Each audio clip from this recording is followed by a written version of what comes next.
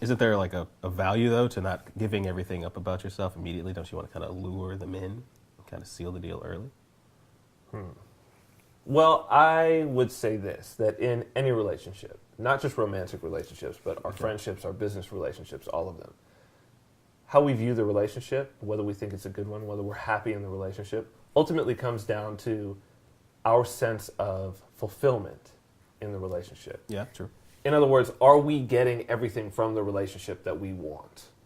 Is the bargain being fulfilled? And that really speaks to our desires being fulfilled, particularly in a romantic relationship. So there are certain things that we want out of this relationship. Mm-hmm. There's certain things that we want from this person. And if we don't express what those are, the chances of us being fulfilled are, I mean, they're very small.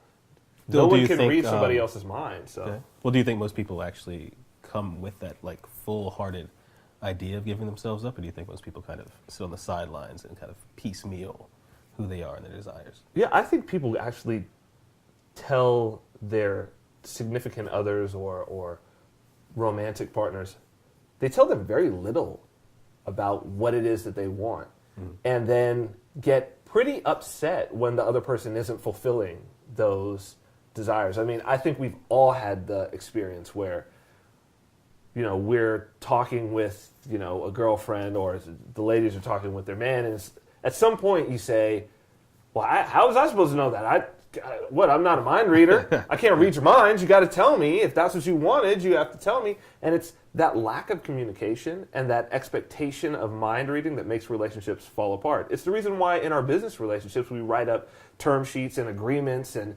MOUs and all of these things so that we don't have to read each other's mind. I know what you want, you know what I want, and then we both fulfill our end of the bargain, and we're like, that's a great relationship. That's a great business relationship.